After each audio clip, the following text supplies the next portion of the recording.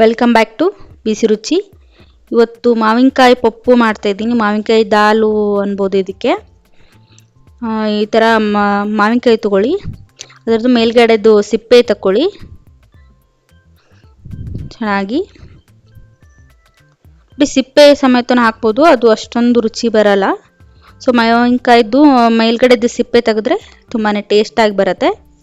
ಇದು ರೊಟ್ಟಿ, ಚಪಾತಿ, ಆಮೇಲೆ ರೈಸು ಪಪ್ಪು ಅಂದರೂ ತುಂಬಾ ಚೆನ್ನಾಗಿರುತ್ತೆ. ನೋಡಿ, ಈ ಥರ ನಾನು ಸಿಪ್ಪೆ ತೆಗೆದು ಇಟ್ಕೊಂಡಿದ್ದೀನಿ. ಇದನ್ನು ಸ್ವಲ್ಪ ಕಟ್ ಮಾಡ್ಕೊಳ್ಳಿ. ಈ ಹುಳಿ ಜಾಸ್ತಿ ತಿನ್ನೋರು ಪೂರನೂ ಹಾಕ್ಬೋದು. ನಾನು ಹುಳಿ ಅಷ್ಟೊಂದು ಹಾಕ್ತಾಯಿಲ್ಲ, ಸ್ವಲ್ಪನೇ ಹಾಕ್ತಾಯಿದ್ದೀನಿ. ಅರ್ಧದಷ್ಟು ಹಾಕ್ತಾಯಿದ್ದೀನಿ ನಾನು ಇದಕ್ಕೆ. ನೋಡಿ, ಈ ಥರ ಸಣ್ಣಗೆ ಕಟ್ ಮಾಡ್ಕೊಳ್ಳಿ. ಈ ಸೈಜಲ್ಲಿ ಕಟ್ ಮಾಡಿ ಇಟ್ಕೊಂಡಿದ್ದೀನಿ. ಬೇಳೆನು ಅರ್ಧ ತಾಸು ನೆನೆಸಿಟ್ಟಿದ್ದೆ. 1 ಕಪ್ಪಷ್ಟು ಬೇಳೆ ತೊಗೊಂಡಿದ್ದೀನಿ. ನೋಡಿ, ನೆನೆಸಿಟ್ಟು ಚೆನ್ನಾಗಿ ತೊಳೆದು ಹಾಕ್ತಾಯಿದ್ದೀನಿ. 1 ಕಪ್ಪಷ್ಟು ತೊಗೊಂಡಿದ್ದೀನಿ ನಾನು. ಒಂದು ಕುಕ್ಕರ್ ತೊಗೊಳ್ಳಿ, ಅದಕ್ಕೆ ಬೇಳೆ, ಮಾವಿನಕಾಯಿ ಹೆಚ್ಚಿಟ್ಕೊಂಡಿದ್ನಲ್ಲ, ಸೊ ಮಾವಿನಕಾಯಿ ಹಾಕ್ಕೊಳ್ಳಿ. ಅದನ್ನು ತುಂಬಾ ರುಚಿಯಾಗಿರುತ್ತೆ. ಬಿಸಿ ಬಿಸಿ ಅನ್ನ, ತುಪ್ಪ, ಮಾವಿನಕಾಯಿ ಪಪ್ಪು, ಮಾವಿನಕಾಯಿ ದಾಲ್ ಹಾಕ್ಕೊಂಡು ತಿಂದರೆ ತುಂಬಾ ರುಚಿಯಾಗಿರುತ್ತೆ. ನಾನು ಟೊಮೆಟೊ ಹಾಕ್ಕೋತಾ ಇದ್ದೀನಿ. ಹುಳಿ ಟೊಮೆಟೊನೂ ಹಾಕ್ಕೋಬೋದು, ಇಲ್ಲಾಂದರೆ ಆ್ಯಪಲ್ ಟೊಮೆಟೊನೂ ಹಾಕ್ಕೋಬೋದು. ಟೇಸ್ಟು ಚೆನ್ನಾಗಿರುತ್ತೆ. ಇಲ್ಲಾಂದರೆ ಸ್ಕಿಪ್ಪು ಮಾಡ್ಕೋಬೋದು ನೀವು, ಅಂದರೆ ಹುಳಿನೇ ಜಾಸ್ತಿ ಇರುತ್ತೆ ಮಾವಿನಕಾಯಿ. ಅದಕ್ಕೆ ನಾನು ಅರ್ಧದಷ್ಟು ಮಾತ್ರ ಟೊಮೆಟೊ ಹಾಕ್ಕೋತಾ ಇದ್ದೀನಿ. ಸ್ವಲ್ಪ ರುಚಿಗೆ ಉಪ್ಪು ಹಾಕ್ಕೊಂಡಿದ್ದೀನಿ. ಈಗ ಕುಕ್ಕರ್ನ ಕ್ಲೋಸ್ ಮಾಡಿ 4 ವಿಜಿಲ್ನ ಕೂಗಿಸ್ಕೊಳ್ಳಿ. ಇದಕ್ಕೆ 2 ಹಸಿಮೆಣಸಿನ್ಕಾಯಿನ ಈ ಥರ ಕಟ್ ಮಾಡಿ ಹಾಕ್ಕೊಳ್ಳಿ.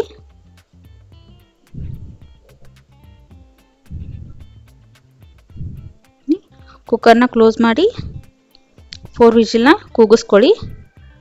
ನೋಡಿ, ಚೆನ್ನಾಗಿ ಸ್ವಲ್ಪ ಸ್ಮ್ಯಾಶ್ ಮಾಡ್ಕೊಳ್ಳಿ ಅಷ್ಟೇ. ಬೇಳೆನೇ ಚೆನ್ನಾಗಿ ಇದು ಕುದ್ದಿದೆ, ಸೊ ಅದಕ್ಕೋಸ್ಕರ ಅಷ್ಟೇ ಸ್ಮ್ಯಾಶ್ ಮಾಡ್ಕೋತಾ ಇದ್ದೀನಿ ನಾನು. ನೋಡಿ, ತುಂಬಾ ಚೆನ್ನಾಗಿ ಬಂದಿದೆ.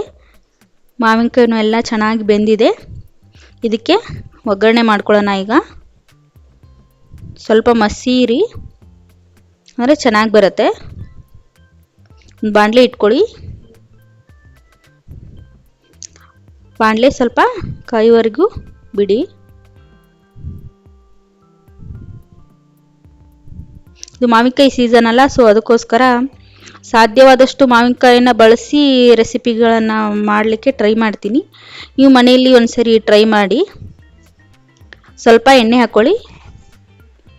1 ಸ್ಪೂನಷ್ಟು ಸಾಸಿವೆ, ಜೀರಿಗೆ, 2 ಮೆಣಸು ಹಾಕ್ಕೋತಿದ್ದೀನಿ ನಾನು, ಮೆಣಸು ಕಾಳು, ಸ್ವಲ್ಪ ಮೆಂತೆ ಫ್ಲೇವರು ಚೆನ್ನಾಗಿ ಕೊಡುತ್ತೆ. ಆಮೇಲೆ ಸಾಂಬಾರು ಇಲ್ಲ ದಾಲು ಈ ಥರ ಮಾಡುವಾಗ ಮೆಂತೆನ ಹಾಕ್ಕೊಳ್ಳಿ. ಸ್ವಲ್ಪ ಇಂಗು. ಇದು ಚೆನ್ನಾಗಿ ಫ್ರೈ ಆಗಲಿ. ಇದಕ್ಕೆ ಸ್ವಲ್ಪ ಈರುಳ್ಳಿ ಮತ್ತು ಒಣಮೆಣಸಿನ್ಕಾಯಿ, ಬೆಳ್ಳುಳ್ಳಿ ಮತ್ತು ಕರಿಬೇವು ಎಲ್ಲನೂ ಸೇರಿಸಿ ಒಗ್ಗರಣೆ ಮಾಡ್ಕೋತಾ ಇದ್ದೆ ನಾನು. ನೋಡಿ, ಈರುಳ್ಳಿನೂ ಚೆನ್ನಾಗಿ ಬೇಯಲಿ. ಬೆಳ್ಳುಳ್ಳಿ ಅಷ್ಟೇ ಒಗ್ಗರಣೆ ಹಾಕ್ಕೋಬೋದು, ಅಷ್ಟೊಂದು ರುಚಿಯಾಗಿರಲ್ಲ. ಈ ಥರ ಒಂದು ಈರುಳ್ಳಿ ಕಟ್ ಮಾಡಿ ಹಾಕ್ಕೊಂಡ್ರೆ ಸಾಂಬಾರು ದಾಲು ಚೆನ್ನಾಗಿ ಬರುತ್ತೆ. ಸ್ವಲ್ಪ ಹುಳಿ ಇದ್ದಲ್ಲಿ ಸ್ವಲ್ಪ ಬೆಲ್ಲ ಹಾಕಲೇಬೇಕಲ್ಲ, ಬೆಲ್ಲ ಹಾಕಿದರೆ ಚೆನ್ನಾಗಿ ಹದ ಆಗುತ್ತೆ ಅದು. ಸ್ವಲ್ಪ ಅರಿಶಿಣ ಪುಡಿ, ಸ್ವಲ್ಪ ಬೆಲ್ಲ ಹಾಕ್ಕೊಂಡಿದ್ದೀನಿ. ಈಗ ದಾಲು ಕುದಿಸಿಟ್ಟಿದ್ನಲ್ಲ, ಸೊ ಅದನ್ನ ಹಾಕೋತಾ ಇದ್ದೀನಿ. ಎಲ್ಲ ಸೇರಿಸಿ ಮಿಕ್ಸ್ ಮಾಡ್ಕೊಳ್ಳಿ. ತುಂಬಾ ರುಚಿಯಾಗಿರುತ್ತೆ.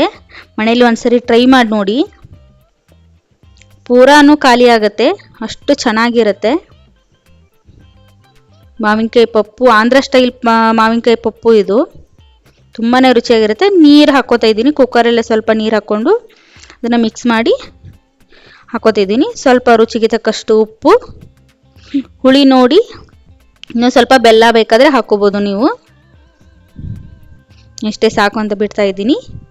ತುಂಬಾ ರುಚಿಯಾಗಿರುತ್ತೆ. ಈ ಥರ ಒಗ್ಗರಣೆ ಮಾಡಿಕೊಂಡ್ರೆ ಆ ಬಿಸಿ ಬಿಸಿ ಅನ್ನ, ತುಪ್ಪ, ಈ ಥರ ಪಪ್ಪು, ಇದು ದಾಲ್ ಹಾಕ್ಕೊಂಡು ತಿಂದರೆ ತುಂಬಾ ರುಚಿಯಾಗಿರುತ್ತೆ. ಚಪಾತಿ, ರೊಟ್ಟಿ ಎಲ್ಲದಕ್ಕೂ ಆಗುತ್ತೆ ಇದು. ನೋಡಿ ಸ್ವಲ್ಪ ಕುದಿಸ್ಕೊಳ್ಳಿ, ಅಂದರೆ ನೀರು ಹಾಕಿರ್ತೀರಲ್ಲ, ಸೊ ಅದಕ್ಕೋಸ್ಕರ ಚೆನ್ನಾಗಿ ಕುದಿಸಿದರೆ ಇದು ಹದ ಬರುತ್ತೆ. ಆಮೇಲೆ ಎಲ್ಲ ಉಪ್ಪು, ಖಾರ, ಹುಳಿ ಎಲ್ಲನೂ ಚೆನ್ನಾಗಿ ಹೊಂದುತ್ತೆ.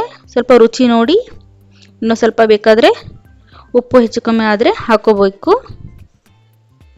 ನೋಡಿ 5 ನಿಮಿಷ ಸ್ವಲ್ಪ ಇದನ್ನ ಲೋ ಫ್ಲೇಮಲ್ಲೇ ಇಟ್ಕೊಂಡು ಚೆನ್ನಾಗಿ ಕುದಿಸ್ಕೊಳ್ಳಿ. ಇದನ್ನು ತುಂಬ ಲಿಕ್ವಿಡ್ ಥರ ಮಾಡಬಾರ್ದು, ಇದನ್ನ ಸ್ವಲ್ಪ ಗಟ್ಟಿಯಾಗೇ ಇರಬೇಕು, ಅಂದರೆ ದಾಲ್ ಚೆನ್ನಾಗಿ ಬರುತ್ತೆ.